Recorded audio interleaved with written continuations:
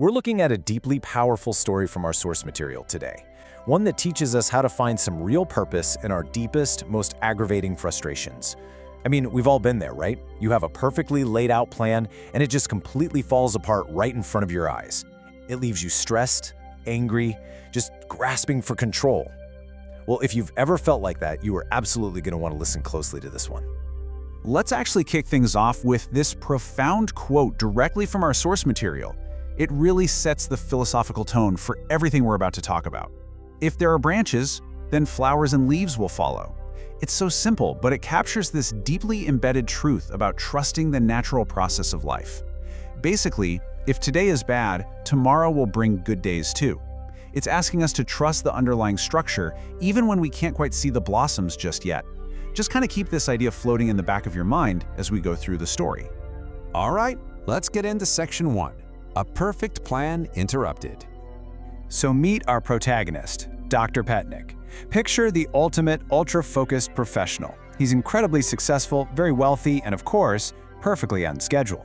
The source text tells us he just rushed into the airport, barely made his flight, and settled into his seat.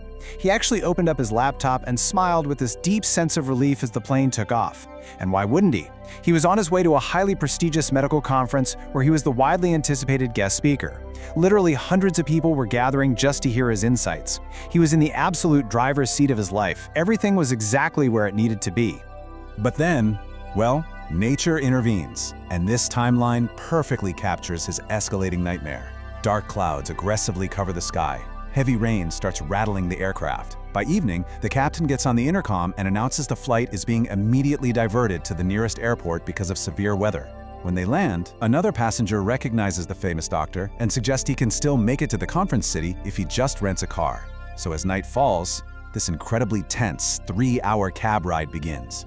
He sternly tells the driver to be careful, but to drive quickly because he absolutely cannot afford any more delays. But then we hit late night. The storm gets significantly worse, visibility drops to near zero, the winding roads become completely unrecognizable, and the nervous driver finally has to confess that, yep, the cab is entirely lost. This is unacceptable. I have to be there on time. You can just hear the sheer frustration, can't you? When his flight was first diverted, he stormed out, his anger just bubbling over. He actually snapped at the airline staff, demanding to know what kind of service this was. Because, look, this is a man completely used to dictating terms to the world. He expects the seas to part for him, and right now, the world just isn't listening. His immense frustration completely stems from feeling totally out of control of his own destiny. Which brings us to section 2, Lost in the Storm. So when the driver nervously confesses that he has completely lost the way in the pitch black, Dr. Potnick hits his absolute breaking point. At first, that familiar wave of hot anger rises up in his chest all over again. He wants to yell, he wants to demand a solution, but then something shifts. He just lets out this long, defeated sigh. Sitting there in the dark, surrounded by the howling wind and rain, he finally realizes he simply cannot control everything. He quietly tells the driver to just drive, to take him wherever they can to find a safe place to escape this whole mess. Moving on to section 3. The humble refuge. Driving blindly further into the dark, they eventually spot this tiny dim house with glowing lights, sitting completely isolated in the middle of nowhere.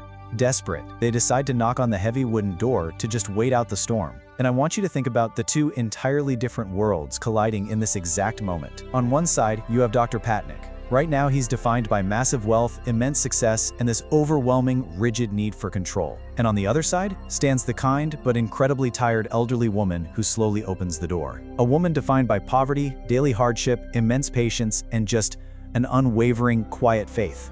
They step inside to escape the rain, and here is what they find. No phones, no electricity, barely any furniture at all. Just a simple, humble room in a tiny village. Over in the corner, a very sick child is lying quietly on a small bed, his face terribly pale. And beside him, an earnest prayer that the old woman had just been finishing up as they knocked. Dr. Potnick is now entirely cut off from his usual bustling world of important conferences, tight schedules, and medical prestige. Dr. Patnick politely declines her offer of warm tea, but urgently asks to use a phone to call his conference organizers. And the old woman, she just smiles. Rest and trust the storm will pass. She actually laughs softly, kindly, at his frantic request. She tells him they don't have phones or electricity anywhere near here. And her warm, peaceful wisdom here is just profound. She isn't fighting the storm raging outside, she's simply offering whatever shelter she has and patiently waiting it out. All right, section 4, the unexpected revelation. And guys, this is where the pieces really fall together. As they sit there in the dim light, the woman opens up and shares her deep sorrow.